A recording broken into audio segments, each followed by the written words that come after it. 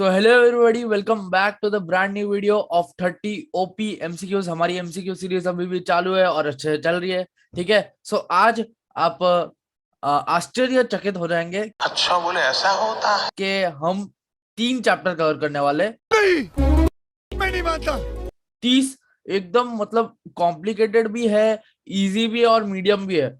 मतलब बहुत ही अच्छे एमसीक्यूज है अभी मेरे पास। ठीक है, सो 5 6 7 चैप्टर का हम तीनों का एक साथ ले लेंगे, क्योंकि 7 चैप्टर में तो ज्यादा वेटेज है नहीं। 5 मार्क का ही मैंने डाला है, बट वैसे पेपर में तो 2 3 मार्क्स का ही वेटेज आता है, तो इतना कुछ इसमें टेंशन है नहीं। बट मैंने 5 एमसीक्यू उसके भी डाल दिए, एंड 6 चैप्टर के मैंने 10 15 डाल दिए, एंड 5th चैप्टर के बाकी के जो भी बचते हैं, ठीक है, 15 और डाल दिए। ठीक है, कुछ पूछा मैंने कुछ। और ये हमारा पार्ट 4, जैसा कि मैंने बताया था, with exclusively commerce OP. Exclusively अब थोड़ा ज्यादा हो गया गाइस, इसको हटाना पड़ेगा। ठीक है, अब चलो आगे बढ़ते हैं, बहुत मजाक हो गया। अब सीधा हम आज क्या पढ़ेंगे वो नहीं देखेंगे, सीधा हम एमसीक्यू 1 पे पहुंचते हैं। अब एमसीक्यू 1 पे पहुंचते हैं। एमसीक्यू 1 क्या कहते हैं? Mathematical expression which shows that the dash and dash of firm are equal is known as accounting equation. अब आप ही बोलो क्या आना चाहिए इसमें? A assets and liabilities, B liabilities and capital, C liabilities and capital and assets, या D none of the above. चलो सी से स्टार्ट करते हैं। सी में आपको क्या लगता है, liabilities and capital and assets आ सकता है? नहीं आ सकता है, तीन चीज एक साथ तो नहीं आ सकती। ठीक है, और अब अगर देखें, लायबिलिटीज एंड कैपिटल आ सकता है? यस नो, क्या लगता है? चलो इसको रखते हैं साइड में। ए असेट्स एंड लायबिलिटीज। अब ये जो अपना एमसीक्यू है उसका एक लॉजिक बताता हूँ अच्छा सा। उसमें लॉजिक ऐसा है कि जैसे ये मैंने लिखा यहाँ पे असेट्स, यहाँ पे जैसा कि आप देख सकते हो, assets is equal to liabilities plus capital. तो ये जो है हमारा अकाउंटिंग इक्वेशन होता है। ठीक है, तो जो अकाउंटिंग इक्वेशन है वो किसको इक्वल दे रहा है? The mathematical expression which shows that the dash and dash of a firm are equal. क्या इक्वल होता है? लायबिलिटी कैपिटल होता है, असेट्स होते हैं, क्या होता है? अब यहाँ पे अगर इक्वल का मार्क देखो आप, यहाँ पे इक्वल का मार्क दिख रहा होगा, तो इक्वल टू क्या है? लायबिलिटी और कैपिटल है। सो आंसर क्या आना चाहिए? Liability and capital. ठीक है ना? So I hope you understood. Liability and capital is the correct answer. वैसे अगर देखा जाए, ये मैंने एक रेफरेंस बुक से उठाई है, अरिहंत से। ठीक है, ये जो क्वेश्चन है और थोड़ा ट्रिकी है ये। अरिहंत में क्या है, उसमें अलग है हमारा। उसमें क्या है, असेट्स पहले कैपिटल है is equal to assets minus liabilities. तो हर एक चीज का है ना अलग अलग होता है, बट हमारा मेन जो अकाउंटिंग इक्वेशन होती है ना, वो assets is equal to liabilities plus capital होती है। ठीक है, तो वो हमारी जो होती है मेन होती है ये। ठीक है, बट अरिहंत में जो है वो असेट्स और लायबिलिटीज बोलता है वो इक्वल है। बट लायबिलिटीज एंड कैपिटल करोगे तब भी कुछ नहीं है। बट कभी कभार क्या है, कंफ्यूज भी हो जाते हैं हम। तो उसमें क्या है, उसमें क्या आप नन ऑफ द अबव लगाओगे तो ज्यादा बेटर रहेगा। क्यों? क्योंकि आप अगर 2 3 बुक्स का ले रहे हो, एक या एनसीईआरटी का अलग देख रहे हो, जैसा मैंने बताया अरिहंत का अलग देख रहे हो, टीएस ग्रेवल का अलग, क्योंकि टीएस ग्रेवल का ही सबसे ज्यादा चलता है। ठीक है, तो मैंने लायबिलिटीज एंड कैपिटल कर दिया। बट इसका बेसिकली आंसर आना चाहिए none of the above, but वो कहीं लिखा है नहीं। But logically none of the above आना चाहिए। ऐसे आंसर देखा जाए तो लायबिलिटीज एंड कैपिटल है। बट आप नन ऑफ द अबव करोगे तब भी टीचर मार्क्स दे देगी या तो दे देगा। क्यों? मेरा रीजन बता देना, ठीक है, टीचर को। ठीक है, तो अब आगे बढ़ते हैं। आगे हमारे पास है, या तो आप उसके हिसाब से देखते हो जो आपके स्कूल में पढ़ा है। ठीक है, आप उसके हिसाब से भी इसमें आंसर स्टिक कर सकते हो। ठीक है, अब आगे बढ़ते हैं। आगे आता है हमारे पास question 2। Accounting equation is also known as dash equation. क्या आता है इसमें? बैलेंस शीट, अरिथमेटिक फंडामेंटल, या क्वाड्रेटिक? यार ये मैथ्स का घुसा रहे हो यार, कॉमर्स ओपी। मतलब मैथ्स नहीं घुसा रहा हूँ, मतलब ऐसे कुछ याद ही नहीं आ रहा तो क्वाड्रेटिक डाल दिया। ठीक है, तो क्वाड्रेटिक आ सकता है? नहीं आ सकता। बी अरिथमेटिक फंडामेंटल आ सकता है? ये कहाँ पड़ा है अरिथमेटिक और ये सब, ये वापस मैथ्स आ गया? नहीं ना। बैलेंस शीट बिल्कुल आ सकता है। क्यों? क्योंकि बैलेंस शीट में भी हमारे पास असेट्स होते हैं, लायबिलिटी होते हैं, कैपिटल होती है, और फॉर्मेट भी थोड़ा बहुत सेम होता है, थोड़ा बहुत, एकदम थोड़ा बहुत। हाँ, ठीक है, so A balance sheet is the correct answer. अब आगे बढ़ते हैं। सो बात है एमसीक्यू 3 पे। एमसीक्यू 3 क्या बोलता है? If a business transaction results in the increase of assets, there will be also corresponding increase in the amount of. ये ऑफ है वैसे, ठीक है, मैं यहाँ पे एक ऑफ लगा देता हूँ, जैसा कि आप देख सकते हो यहाँ पे मैंने एक ऑफ लगा दिया। ठीक है, अब आगे देखते हैं क्या है इसमें। ए क्या आना चाहिए, पहले ऑप्शंस देख लेते हैं, ठीक है। अमाउंट ऑफ क्या, liabilities, capital, both A and B, या D none of the above. आपके हिसाब से क्या आना चाहिए, आप सोचो और फिर बताओ। अब जैसा कि हमने सीखा है चैप्टर 5 में, मैंने तो नहीं सिखाया बट आपने सीखा होगा। आई hope you have learned everything in the chapters I am teaching regularly. और आगे के चैप्टर्स भी, मतलब 5, 6, 7 के आगे, मतलब जो भी चैप्टर 4 के आगे है ना, वो मैंने इस चैनल पे कवर नहीं किए, क्योंकि अगर मैं अभी कवर करने जाता तो कोई मतलब था नहीं, ठीक है। और अभी तक I think majority of you would have completed the syllabus also, ठीक है। सो नो वरीज, अभी बस एमसीक्यू के साथ बढ़ते हैं। बहुत ऐसे आउट ऑफ ट्रैक चला जाता हूँ मैं बार बार, इसको ये आदत को थोड़ा सा कम करना पड़ेगा, ठीक है, चलेगा। बट अब आगे देखते हैं। आपने ये पढ़ा होगा, इफ अ बिजनेस, मैं विश कर रहा हूँ, आई होप आपने पढ़ा होगा, ठीक है। If a business transaction results in the increase of assets. अब यहाँ पे देखो, बिजनेस ट्रांजेक्शन और रिजल्ट्स को हटा दो, ये जो ध के बाद है, ये जो इंक्रीज ऑफ असेट्स के पीछे की लाइन है ना, इसको हटा दो एक बार, ठीक है, इसको हटा दो। और अब इंक्रीज ऑफ असेट्स को देखो, if a business results in increase of assets, there will be also there will be also a corresponding increase in। अब देखो इंक्रीज ऑफ असेट्स बता रहा है, तो वापस एक और इंक्रीज किस पे होगा, कैपिटल पे।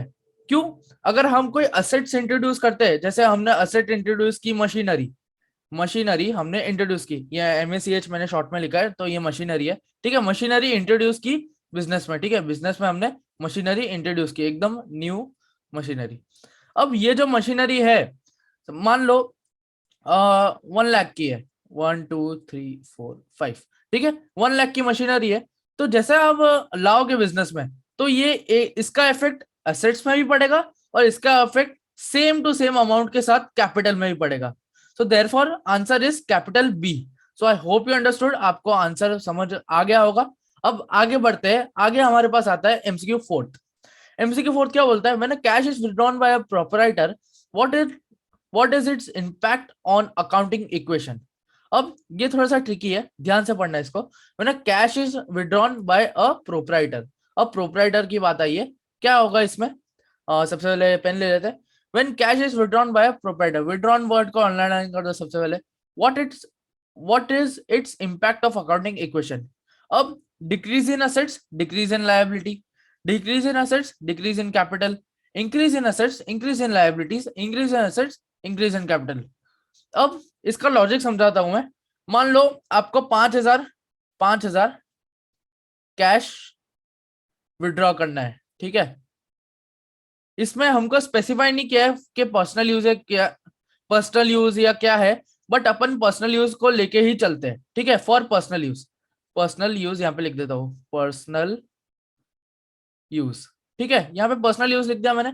अब ये जो इफेक्ट है, एक तो एसेट्स में आएगी, एसेट्स में कितने आएगी, मान लो हमारे पास 10,000 कैश पहले से पड़ी है एसेट्स में। अब यहाँ से -5,000 किया कैश के कॉलम में से, कैश के कॉलम में से -5,000, अमाउंट बची 5,000। और मान लो हमने वही 10,000 हमारे वापस कैपिटल में ही पड़े थे, तो अब यहाँ पे भी हम -5,000 कर देंगे। क्यों, क्योंकि हमने ड्रॉइंग्स किया है, क्योंकि ड्रॉइंग्स किया है, ठीक है, हमने पैसे ड्रॉ किए। तो क्या आएगा इसमें आंसर, 5,000। सो हमारे यहाँ पे डिक्रीज इन असेट्स भी हुआ और डिक्रीज इन कैपिटल भी हुआ, ठीक है। सो डिक्रीज इन एसेट्स और decrease in capital. So I hope you understood, be decrease in assets and decrease in capital is the correct answer, ठीक है। अब आगे बढ़ते हैं, आगे हमारे पास आता है, मैं ये इरेज कर देता हूं। अब आगे हमारे पास आता है question 5th। There will be a dash by same amount when a land is purchasing by paying the amount from bank account। अब एक लैंड परचेस किया हमने, ठीक है, हमने एक लैंड परचेस की है, एक मस्त सी, ठीक है, वो, ठीक है। अब ये है हमारी लैंड, ठीक है।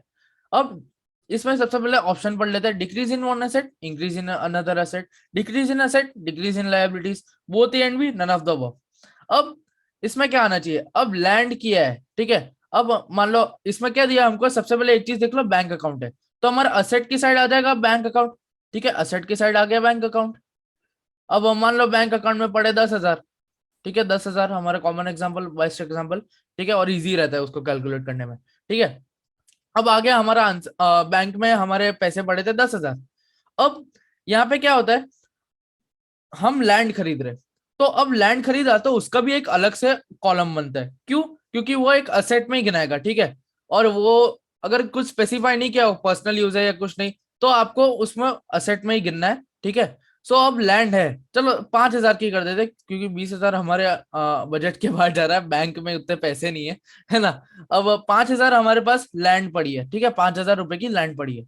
अब बैंक में से हमको 5,000 माइनस करने पड़ेंगे पहले, ठीक है। तो हमारा कितना अमाउंट आएगा, 5,000।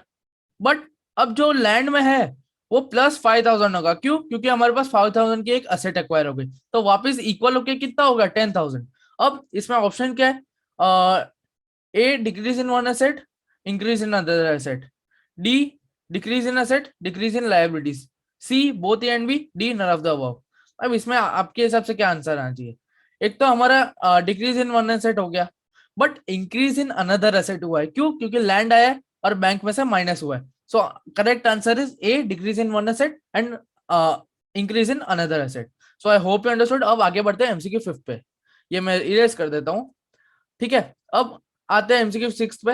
एमसीक्यू 6 क्या बोलता है, as the effect of transaction capital of the company increase by 2,000 rupees, ये जो दिख रहा है ना एपोस्ट्रोफी, वो 2,000 रुपीज है, ठीक है। And assets also increase by 4,000 rupees, identify the transaction. बहुत ईजी है, कैसे करेंगे ये। अब हमारे सबसे पहले हम इसमें ऑप्शन देख लेते हैं। A goods purchase on credit, ठीक है, इसको रखते हैं। B goods costing 10,000 sold for 8,000, ठीक है। ये एपोस्ट्रोफी मैंने जैसे कि बताया था रुपीज ही है ये, ठीक है, ये सारे रुपीज ही है एपोस्ट्रोफी, तो उसको रुपीज कंसिडर करना। और वैसे ही कोई फर्क पड़ता नहीं, आप इतने तो मतलब इतना तो सब में दिमाग होता है कि 2,000 लिखा है तो मतलब अमाउंट ही होगी, ठीक है। चलो साइड में रखते हैं।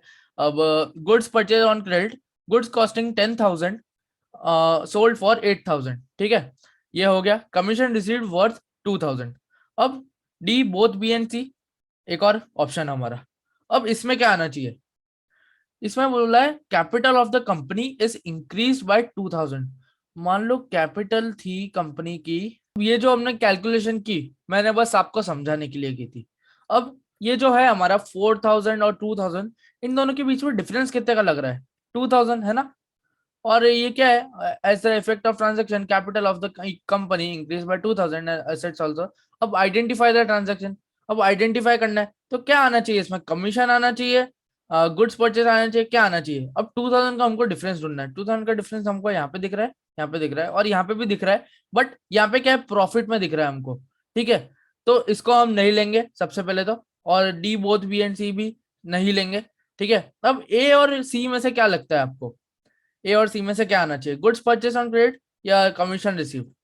गुड्स परचेज ऑन क्रेडिट नहीं आएगा, क्योंकि हम परचेस करेंगे तो हमारी चीजें मतलब जो भी अमाउंट है वो माइनस होगी, तो इसको भी हटा देंगे, तो आंसर आएगा सी। क्यों, क्योंकि रेवेन्यू आ रहा है, कुछ रिसीव हो रहा है और कुछ आ रहा है अमाउंट में और प्लस होगा इसलिए। और commission receive worth 2,000 is the correct answer, ठीक है। अब आगे बढ़ते हैं, आगे है हमारे पास।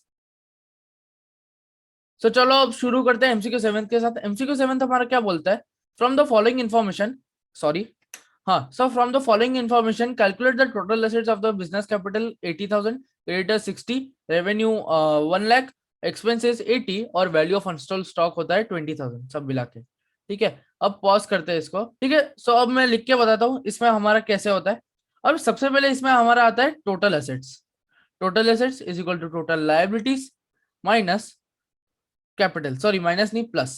अब इसके नीचे हम लिख देंगे इनकम, ये जो है मैं फॉर्मेट लिख रहा हूँ। अब जो है हम अपनी वैल्यूज डाल देते हैं। वैल्यूज क्या आती है हमारी, कैपिटल कितना है अपना, कैपिटल ओपनिंग कैपिटल कितना है, 80,000 है, ठीक है। तो 80,000 सबसे पहले इधर, ठीक है, 80,000 हम इधर लिख देंगे।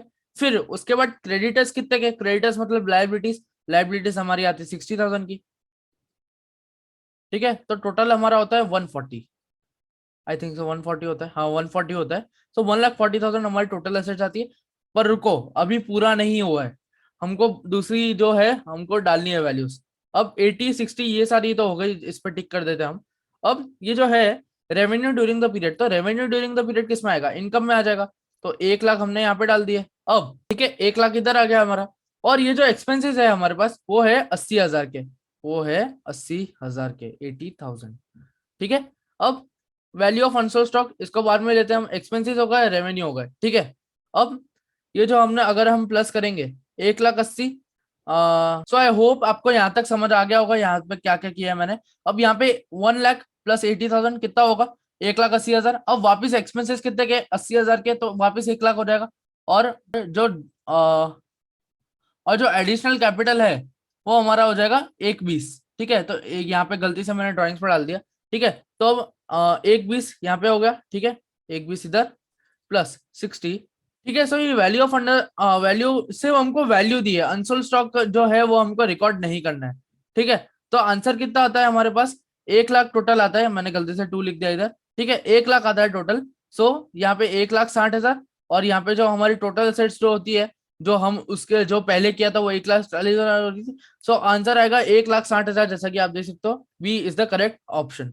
बहुत टाइम ले लिया यार इसने तो, अब जल्दी जल्दी दूसरे निपटाते हैं। अब दूसरों में क्या है, बहुत इजी है। अब आगे बढ़ते, आगे है हमारे पास क्वेश्चन 8। तो अब आते हैं एमसीक्यू 8 पे। एमसीक्यू 8 क्या बोलता है, for which of the following transaction capital account will be increased and decrease by the same account. अब जैसे interest on provided on drawings है, मान लो इंटरेस्ट प्रोवाइडेड ऑन ड्राइंग्स है 2,500। ठीक है, 2,500 हमारी इंटरेस्ट प्रोवाइडेड ऑन ड्राइंग्स है। ठीक है, सो आपने कैपिटल में से माइनस कर लिया, मान लो आपके पास थे 5,000। ठीक है, आपके पास पहले से पड़े थे 5,000, उसमें से माइनस किया, 2,500 वापस बचे। अब ये क्या हुआ, डिक्रीज हुआ, ये हमारा हुआ डिक्रीज। ठीक है, तो आंसर आना चाहिए क्या, इंटरेस्ट। अब वो इंटरेस्ट प्रोवाइडेड ऑन ड्राइंग्स है। ठीक है, so answer C is the correct answer. I hope you understood. कुछ इसमें कंफ्यूजिंग लगा हो तो बोल देना कमेंट सेक्शन में, मैं अगले में करवा दूंगा। अब आगे बढ़ते क्वेश्चन 9 पे। क्वेश्चन 9 क्या बोलता है हमारा, क्वेश्चन 9 में है, what will be the effect on accounting equation for outstanding expenses. Options देखो, फॉर्मेट दिया है इसका, असेट्स, लायबिलिटीज, कैपिटल। अब असेट्स पे, अगर असेट्स के यहाँ पे देखें, ये यहाँ पे, ये लायबिलिटीज का इधर, कैपिटल का इधर। अब इसमें क्या है, आउटस्टैंडिंग एक्सपेंसेस की बात हो रही है, तो इसमें क्या आना चाहिए, डिक्रीज, डिक्रीज या नो चेंज। ठीक है, decrease, decrease, decrease, no change, decrease, no change, increase, decrease, या डिक्रीज, इंक्रीज, डिक्रीज। बंद करो हाथ जोड़ के मैं। अब इसमें क्या आना चाहिए, जैसा कि हमने सीखा है, इसमें नो चेंज आना चाहिए असेट्स में। ठीक है, और इंक्रीज जो है लायबिलिटीज में आना चाहिए। क्यों, क्योंकि बचे हुए एक्सपेंसेस है, तो इंक्रीज हमारे लायबिलिटीज में आ गया, और डिक्रीज क्या होगा, कैपिटल में से। तो सी इज द करेक्ट आंसर। ठीक है, जो भी हमारा अमाउंट होगा वो कैपिटल में से डिडक्ट हो जाएगा। सो आई होप यू अंडरस्टूड। अब आगे बढ़ते हैं क्वेश्चन 10 के साथ। For which of the following transaction assets and capital will decrease by the same amount. Goods sold for cash, fixed asset purchased on credit, depreciation provided on fixed asset, या none of the above। Depreciation provided for the fixed asset is the correct answer। क्यों, क्योंकि अगर आप मान लो कोई machinery खरीदी आपने, suppose आपने मशीनरी खरीदी 1 लाख की। ठीक है, 1 लाख की हमारी जो है मशीनरी खरीदी आपने, 100 के लिख देता हूं मैं, है ना। अब 1 लाख की मशीनरी खरीदी, अब यहाँ पे क्या होगा, अगर आपने जो, अगर मान लो आपका डेप्री लग रहा है 50,000, 10,000 का। ठीक है, 10% लग रहा है आपका डेप्री, तो आंसर क्या आएगा, 90,000। ठीक है, अब डेप्री जो है उसके दोनों इफेक्ट्स होते हैं, असेट्स की साइड में होते हैं और कैपिटल की साइड में भी होते हैं। तो कैपिटल साइड में भी मान लो हमारे 10 लाख, सॉरी 1 लाख है, तो 10,000 गया, कितना बचा, 90,000 बचा, है ना, 90,000 ये हमारा बचा। तो आंसर क्या आएगा, 90/90। ठीक है, सो मशीन और कैपिटल का आंसर आएगा ये। ठीक है, so answer C is the correct answer. अब आगे बढ़ते हैं क्वेश्चन 10 के साथ। तो क्वेश्चन 10 क्या बोलता है, क्वेश्चन 11 के साथ, sorry. The business documents which serve as the evidence of the business transaction is known as. अब हमारे वाउचर के स्टार्ट हो गए, 5th चैप्टर के आई थिंक सो सारे खत्म हो गए। ठीक है, अब वाउचर के स्टार्ट होंगे। अब be source document is the correct answer. ठीक है, क्यों, क्योंकि थियरी में लिखा है वही है। ठीक है, मैं ऐसे तो नहीं बोल रहा। Which of the following details is usually provided on the source documents. Source documents में कौन से इंफॉर्मेशन हमको दिए होते हैं, इनमें से nature of transaction, date, parties involve. सच बताओ तो सारे होते हैं। ठीक है, तो सारे D, I mean D, all of the above is the correct answer. ठीक है, so I hope you understood. अब आगे बढ़ते हैं क्वेश्चन 13 पे। Source document are also referred as, source document का दूसरा नाम क्या होता है, सपोर्टिंग डॉक्यूमेंट्स, नोट्स, या फर्स्ट इंफॉर्मेशन डॉक्यूमेंट्स। अब उनको वैसे सपोर्टिंग वाउचर्स बोलते हैं, डॉक्यूमेंट्स को हमें ना इस मतलब ये इन सब में है ना वाउचर्स भी बोल सकते हैं। वाउचर्स क्या होता है, डॉक्यूमेंट्री एविडेंस ही होता है, किसका मतलब टाइप ऑफ बिल होता है। ठीक है, तो सी सपोर्टिंग वाउचर या तो documents is the correct answer. अब आगे बढ़ते हैं क्वेश्चन 14 पे। Which written document is prepared by the seller of goods against cash, against cash. अब समझ आ गया होगा आपको क्या आंसर। विच एक्ट्स, अगर नहीं आया तो वापस रिवाइंड करो, कैश कैश मैं जो बोल रहा हूँ उसको देखो, which acts as an evidence for both seller and purchaser of goods. क्या आना चाहिए, cash memo, payment slip, invoice, या all of the above? All of the above, चलो ऑल ऑफ द अबव, मजाक कर रहा था, ऑल ऑफ द अबव नहीं आएगा, cash memo is the correct answer, क्योंकि कैश जब भी आ जाएगा, कैश में कोई भी गुड्स सोल्ड होंगे, ठीक है, तो कैश मेमो डायरेक्टली आ ही जाएगा, ठीक है। और कैश मेमो किस बेसिस पर बनता है, सपोर्टिंग वाउचर्स या तो सोर्स डॉक्यूमेंट्स। अब rates of item sold are not mentioned in cash memo, perfect, वो उसमें नहीं होता है, ट्रू। हमने सीखा था किस में होता है, ये हमारा होता है सोर्स डॉक्यूमेंट में, और इसमें क्या बोलता है, कैश मेमो में, बट कैश मेमो में नहीं होता है, तो ट्रू, करेक्ट, ठीक है। क्वेश्चन 16, ड्राइंग्स अकाउंट इज, अब चैप्टर 6 के चालू हो रहे हैं। Drawings account is a nominal, real या पर्सनल? अब नॉमिनल में क्या होता है, हमारे पास टू टाइप्स होते हैं, इनकम और एक्सपेंस का। तो ड्राइंग्स क्या होता है, इनकम होता है कि एक्सपेंस? एक्सपेंस होता है ना, so A nominal is the correct answer.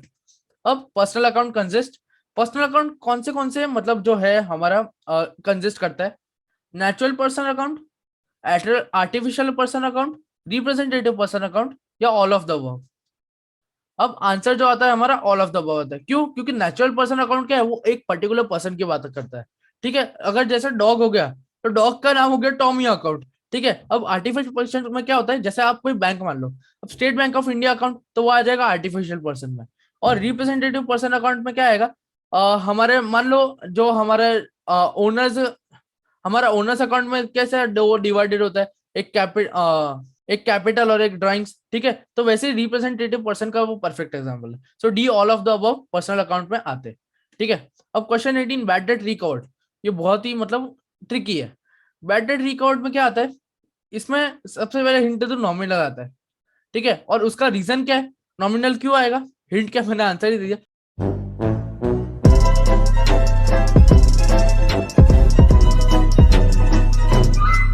अब नॉमिनल क्यों आएगा, क्योंकि वो एक इनकम है, बैड डेट हमारी रिकवर हुई है, पैसे वापस आ रहे, जो हम पैसे भूल गए थे हम वापस आ रहे, so C nominal is the correct answer. अब question 19, what are the rules of debit credit for personal accounts? Easy है, ध्यान से पढ़ो, इसमें कंफ्यूज हो जाते हैं बहुत सारे बच्चे। इसमें क्या पता है, इसमें है ना कई बार ऑल ऑफ द अबव आ जाता है, तो चलो ये है, हमने पर्सनल अकाउंट तो पढ़ा ही नहीं, what are the rules of debit credit दिया, ऑल ऑफ द अबव, बिल्कुल नहीं, आपको पर्सनल अकाउंट आगे पढ़ना है, ठीक है। So A debit the receiver is the correct answer, क्यों? क्योंकि वो पर्सनल अकाउंट में होता है, और हमारे, ठीक है, मैं आगे बोलता हूँ वो सब, क्या पता आगे एमसीक्यू में आ गया तो ऐसे ही कोई क्वेश्चन। अब MCQ 20, according to modern approach how revenue are affected? अब रेवेन्यू जो है, जैसा कि आप देख सकते हो, मैं एक टेबल बनाता हूँ, यहाँ पे एक छोटा सा टेबल है, इसमें क्या है, यहाँ पे सबसे पहले हम यहाँ पे लिख देंगे असेट्स, एक मैंने बनाया ऑलक्रे, ऑलक्रे मतलब ALCRE, ऑलक्रे। ऑलक्रे क्या करता है, डेबिट करता है और क्रेडिट करता है, क्या, ठीक है। अब अफेक्टेड की बात हो रही है, अफेक्टेड की, तो इंक्रीज और डिक्रीज की बात होगी, है ना, इंक्रीज और डिक्रीज की बात होगी। तो ए से क्या आता है, असेट्स, एल से क्या आता है, लायबिलिटी, सी से क्या आता है, कैपिटल, आर से रेवेन्यू, ई से एक्सपेंसेस। अब इसमें क्या है, अगर डेबिट हुआ तो इंक्रीज होगा, क्रेडिट हुआ तो डिक्रीज होगा। अब यहाँ पे क्या है, उल्टा है, यहाँ पे नीचे नीचे नीचे, ऊपर ऊपर ऊपर, और यहाँ पे वही जो हमने इधर किया, इजी, समझ आ गया कैसे किया। असेट में अगर हम डेबिट करेंगे तो इंक्रीज होगा, क्रेडिट, असेट में अगर हम क्रेडिट करेंगे तो डिक्रीज होगा, और वही अगर हम लायबिलिटी में करेंगे तो जो डेबिट होगा तो वो डिक्रीज होगा, और जो क्रेडिट होगा वो इंक्रीज होगा। वैसे ही सेम सब में अप्लाई होता है, ठीक है। सो बहुत ईजी है, और ये आप टेबल याद कर सकते हो, एग्जाम में भी लिख सकते हो पीछे के पेज में, वो ये बहुत हेल्पफुल रहता है मेरे हिसाब से तो, ठीक है। अब इसमें आंसर क्या आना चाहिए, रेवेन्यू की बात हो रही है, तो रेवेन्यू में क्या हो रहा है, एक तो डिक्रीज हो रहा है, ठीक है, एक हमारा हो रहा है डिक्रीज, और एक क्या हो रहा है, इंक्रीज हो रहा है। क्रेडिट पे क्या होता है, एंट्री, इंक्रीज। सो अब आंसर क्या आना चाहिए, DR decrease and CR increase is the correct answer, A is the correct answer, ठीक है। So I hope you understood. अब आगे बढ़ते हैं, आई होप आप ये टेबल बनाओगे और मेरे नाम का मतलब सबको बता दोगे, तो ये हमको कॉमर्स ओपी ने सिखाया था, चैनल सब्सक्राइब कर दो चुपचाप ठीक है, ऐसा मत बोलना, ठीक है, मैम डांटेगी। अब as per modern approach outstanding expenses account is, अब आउटस्टैंडिंग एक्सपेंसेस की बात होगी। आउटस्टैंडिंग एक्सपेंसेस क्या होता है, हमारे बचे हुए एक्सपेंसेस, ठीक है। सो वो उसके नेचर क्या होता है, असेट होता है, लायबिलिटीज होता है, कैपिटल होता है, या रेवेन्यू होता है? अब आउटस्टैंडिंग एक्सपेंसेस है तो क्या होगा, आप ही बोलो। ऑफ कोर्स लायबिलिटीज होगा, so B is the correct answer. ठीक है, what are the rules of debit credit for nominal accounts. पहले क्या पूछा था, पर्सनल अकाउंट्स को पूछा था, अब नॉमिनल अकाउंट्स।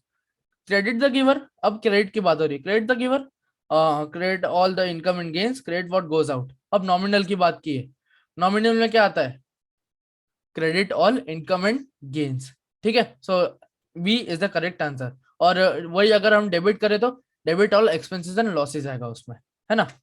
अब question 24, what are the rules of debit credit for real accounts. हम ना, चलो अब तो तीनों अकाउंट ही हो गए कवर। अब ये जो है वो खुद से करना। ठीक है, चलो मैं दे ही देता हूँ आंसर इसका, इजी है। क्या आएगा, क्रेडिट द गिवर। क्यों, बोलो सही बोला कि गलत, सही से बोलो, हाँ सही बोला कि गलत, सही बोला भाई, गलत बोला है मेरे को पता है आप लोग में से कई लोग ने गलत बोला, बट जो है ना हमारे एकदम हीरे आप जैसे देख रहे हो आप, हम भी आपके जैसे हीरे, तो टेंशन मत लो। ठीक है, सो अब ये जो है हमारा, अब यहाँ पे सॉरी अगर किसी के सेंटीमेंट हर्ट हुए, मैं सिर्फ मजाक कर रहा हूँ। ठीक है, अब यहाँ पे क्या है, what are the rules, please seriously मत लेना, अनसब्सक्राइब मत कर देना यार। ठीक है, what are the rules of debit credit for real accounts, credit what goes out, credit all income and gains, या credit the giver. Credit the giver क्या आता है, पर्सनल के लिए, ये क्या आता है, इनकम एंड गेन्स नॉमिनल के लिए, तो ऑफ कोर्स ये क्या आएगा, रियल अकाउंट के लिए। ठीक है, so C is the correct answer. अब 25 क्या आता है, what is signified by a credit bank balance. अब ये थोड़ा इंपॉर्टेंट है और ट्रिकी है और इसमें कंफ्यूजिंग थोड़ा। A it signifies amount payable by the bank to the business, इसमें एक बार पेन निकालनी पड़ेगी। A it signifies the amount payable by the bank to the business. ठीक है, B it signifies amount payables by the bank to the business to the bank. ठीक है, अब अगर आपको इन दोनों में से दिया हो तो आप क्या करोगे, सबसे पहले क्वेश्चन को समझते। क्रेडिट बैंक बैलेंस लिखा है इधर, ठीक है, क्रेडिट बैंक बैलेंस, तो क्या आना चाहिए, क्रेडिट बैंक बैलेंस लिखा है, क्रेडिट बैंक बैलेंस। क्रेडिट क्या होता है, लोन मान सकते हैं हम उसको। ठीक है, लोन या तो उधारी या तो इमीडिएट पेमेंट नहीं किया है, किसका, बैंक का, बैंक बैलेंस। तो ये हमारी बात हो रही है, तो हम क्या है, बिजनेस है, हम जो है बिजनेस है, तो आंसर क्या आना चाहिए, B it signified amount payables. क्या पेएबल्स, क्या हमको पे करना है, किसको पे करना है, बिजनेस टू बैंक को, बैंक को पे करना है। ठीक है, so B is the correct answer, I hope you understood. अब आगे बढ़ते हैं, आगे हमारे पास आता है, अब आगे क्या है, मैंने सारे जो भी तीनों चैप्टर है मैंने एक एक क्वेश्चन सब में से उठा लिया। ठीक है, तो इसमें क्या है, which of this information is present on invoice, party to whom goods are sold, goods sold या टोटल सेल ऑफ अमाउंट। क्या आना चाहिए answer, answer is D all of the above. ठीक है, इनवॉइस में ये सारा चीज होती है, पार्टी भी, party to whom goods are sold, goods sold या टोटल सेल ऑफ अमाउंट। ठीक है, अब रूल आता है एमसीक्यू 27 में। 27 क्या कहता है, rules of debit credit are the same for both liability and capital. अब इसमें आंसर क्या आना चाहिए, अब लायबिलिटी एंड कैपिटल लिखा है, तो इसमें क्या आना चाहिए, ट्रू या फॉल्स, आप बताओ, पहले आप गेस करो। अब इसका आंसर आना चाहिए ट्रू। अब देखना कैसे, क्यों, क्योंकि जो हमारी लायबिलिटी तो लायबिलिटी है, अब कैपिटल को भी हम लायबिलिटी से कैपिटल को भी क्या है, हम लायबिलिटी की तरह करते हैं कंसिडर। क्यों, क्योंकि ये इंटरनल लायबिलिटी भी हम कर सकते हैं कंसिडर, जैसा कि आपने चैप्टर 2 में क्या सीखा था, कि हम कैपिटल, इंटरनल लायबिलिटी को हम कैपिटल भी बोल सकते हैं। तो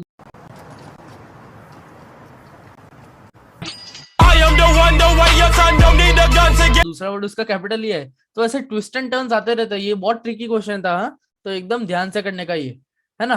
सो अब आगे बढ़ते हैं, अब आगे है 28, ये थोड़ा बड़ा है। ठीक है, following are the steps involve in the developing of an accounting equation. अब ये जो है पूरा अकाउंटिंग इक्वेशन कैसे हम बनाते हैं ये हमको पूछ रहा है, और एक एक स्टेप दिया हुआ है, बहुत ही ईजी है। ब्रैकेट को नहीं पढ़ोगे तब भी चलेगा, बट ब्रैकेट पढ़ोगे तो अगर आप मतलब ऐसे प्रैक्टिस चाहिए तो बिल्कुल ब्रैकेट को पढ़ सकते हो। ठीक है, इनके बीच में। और फर्स्ट जो है, find out the effect in terms और इंक्रीज और डिक्रीज, में ब्रैकेट पढ़ के आपको बता रहा हूँ, of a transaction on assets, capital और लायबिलिटीज। ठीक है, इफेक्ट की बात हो रही है तो हम इसको साइड में रखते हैं। shows the effect on appropriate side of equation and ensure the total right hand is equal to total left hand side. 3 ascertain variables, सबसे पहला ऑप्शन आपको क्या आना चाहिए आपके हिसाब से मेथड्स में, सबसे पहला हमारा आना चाहिए हमारे पास 3। क्यों, क्योंकि हम सबसे पहले क्या बनाते हैं, चलो एक बार बता दो, सबसे पहले हम ट्रांजेक्शन बनाते हैं, उसके बाद असेट्स का एक कॉलम बनाते हैं बड़ा सा, ठीक है, फिर एक लायबिलिटीज प्लस कैपिटल, ये हमारा पूरा फॉर्मेट बनता है। तो ट्रांजेक्शन को हम अभी साइड में रखते हैं, ठीक है। तो असेट एंड वेरिएबल्स, जैसे हमको असेट लायबिलिटीज कैपिटल हमने असेटेन किया, तो सबसे पहले हमारा ये मेथड आता है। सो फिर सेकंड क्या आता है, show the effect on appropriate side of the equation and ensure the total right hand side. अब फाइंड आउट द, और फर्स्ट क्या है, find out the effect in terms of increase और डिक्रीज। अब इसमें क्या है, मैंने एक ऑप्शन गलत लिख दिया, इसमें ऑप्शन हमारा आना चाहिए, और डी में एक नया ऑप्शन आना 3, 1 और 2। ऑटोमेटिकली मैंने आंसर ही बता दिया, आपने गेस कर लिया होगा। D is the correct answer. क्यों? क्योंकि फिर हमको फाइंड आउट करना है इन टर्म्स ऑफ इंक्रीज। मान लो हमारी यहाँ पे कैश है, कैश हमारे पास पड़ी है 10,000, बट क्या पता यहाँ पे एक इफेक्ट आ गई, चलो प्लस 1,000, हमारे पास एक और इनकम आ गई, तो 11,000 हो गया। ठीक है, ठीक है, तो 11,000 हो गया, है ना। तो ऐसे होता है, ठीक है। सो सेकंड ये आएगा, और थर्ड क्या आएगा, शो इफेक्ट ऑन द के राइट हैंड साइड इक्वल है लेफ्ट हैंड साइड के, ठीक है, कि यहाँ पे भी 11,000 आएगा, ठीक है। So I hope you understood second. तो 3-1-2 इज द करेक्ट आंसर। एकदम ओपी सा क्वेश्चन था ये भी, और एकदम अच्छा सा था। अब question 29, what accounts are mentioned according to traditional approach. अब ट्रेडिशनल अप्रोच की बात हो रही है, तो मतलब आपको बताइए, रियल, पर्सनल या नॉमिनल, क्या होता है इनमें से? तीनों होते हैं ऑल। वाह, क्या ऑप्शन रखा है मैंने, देखो एक बार ऑप्शन देखो, आप भी बोलोगे ये पक्का कॉमर्स का टीचर है ना। Oh my God!